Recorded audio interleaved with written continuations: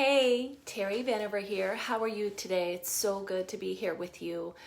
So today we're talking about the 3 steps to heal from abandonment. I love talking about this topic so much because once you heal the abandonment issues, so much of your life is transformed. You become a different person.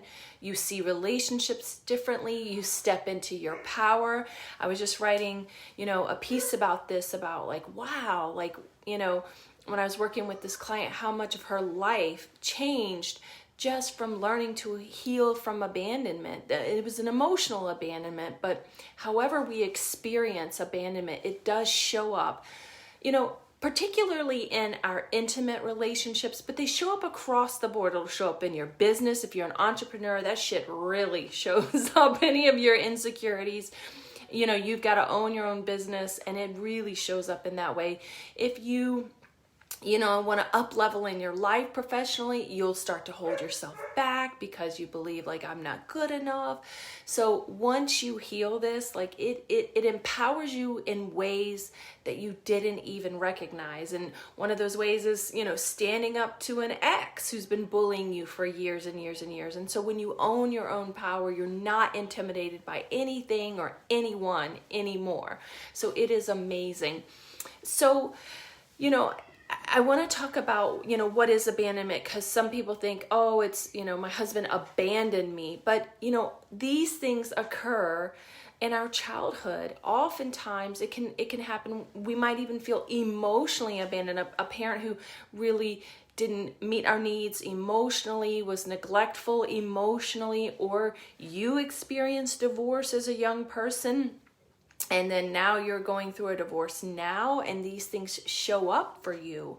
And what happens is we unconsciously try to get what we need from an intimate partner. We try to get that what we didn't receive from our parent, right? Whatever parent abandoned us. And y'all have heard my story about, my biological father who's an alcoholic.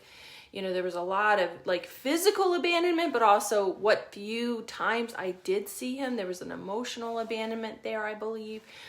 And so we will try to unconsciously use our intimate relationships to try to heal that, what we didn't get from that parent.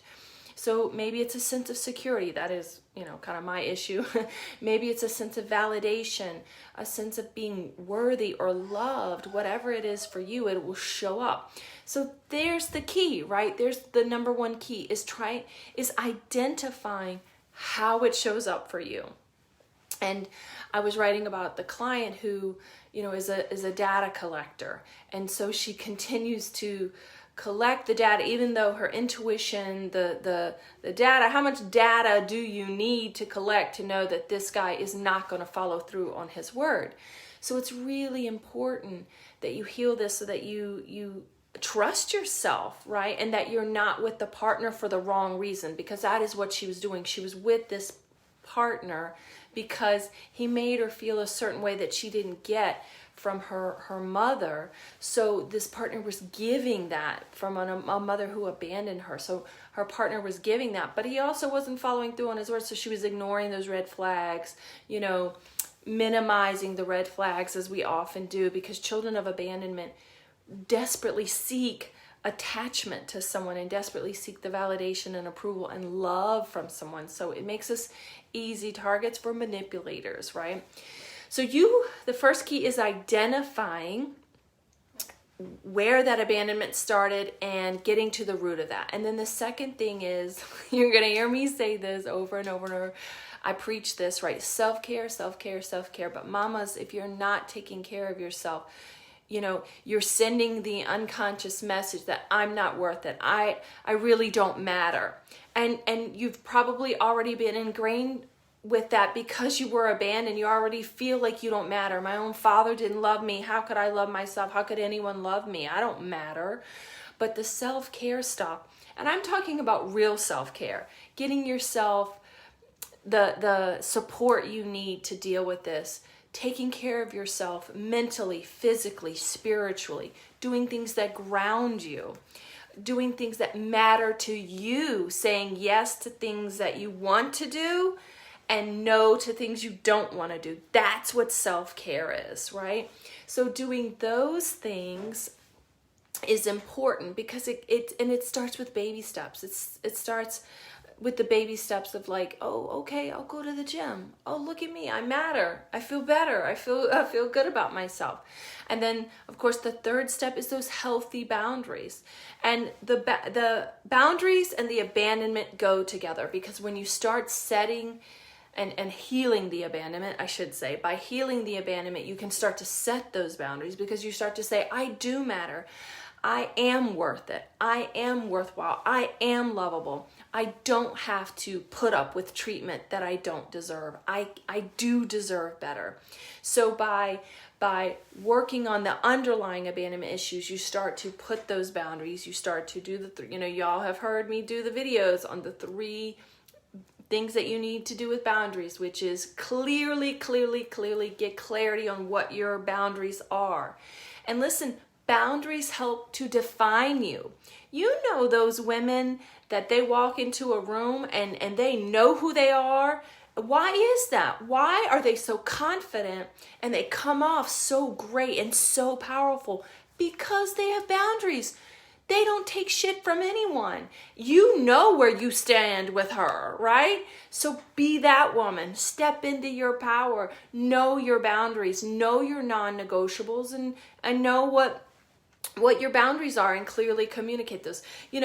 Having boundaries gives you a sense of identity. It gives you a sense of purpose. And listen, it gives you a sense of security, and the people around you have a sense of security and feel safe because they know who they are in your presence. So clearly communicating those boundaries, that's the second step. And then following through. Clearly having clarity on what are my consequences for when someone steps across those boundaries, right? So that's the work that I did with the client was, she had come up with these clearly defined boundaries, which was really great with this guy, so that when he stepped over them, she knew, right? And by working with me and having the continuous support with me, we were able to communicate that and then come up with the consequence of when he didn't follow through, and being strong enough to know that she's worthwhile of letting go of this guy, because she's worth it in the long run. And that's a big thing about boundaries too. Oftentimes with boundaries and abandonment, you will tend to do the brief relief, as we call it, brief relief, when you want someone to like you, even though you know in the back of your head, long term, this is not a good idea. You say yes anyway because it'll give you the brief relief. It's like a child who's having a tantrum. If you give into that child right now, like, okay, that'll give me a little relief right now, but in the long term consequences, you're, teaching this child how to have further tantrums. It's the same way with people. When we just give in the moment without thinking about the long-term consequences, it hurts us long-term. So we have to think beyond that. Like, I'm going to say, no to this now. Yes, it might be uncomfortable for me to do right now, but the long-term consequence of that are going to pay off for me, and I know that I'm worth it and I deserve better. So think about all those things. Like, it's not easy to heal abandonment. There's so many wheels in place and so many underlying issues that you have to address that show up in our relationship. So it's really important that you get the right support. So if you're looking for support and you need to heal abandonment because it is, destroying the relationships around you, or it's causing you to attract the ding-dongs and you don't know how to say no, definitely reach out to me. We'll set up a phone call and I'll talk about why you are continuing to struggle with the abandonment and how it's showing up in your life and what you can do about it. Because there's some real easy things that you can do that can take your life to a whole different level. So feel free to reach out to me. I look forward to talking with you next week. Whatever you guys need, let me know what topics you'd like to address, and I'm happy to talk with you. All right, have a great week. Talk to you soon. Bye-bye.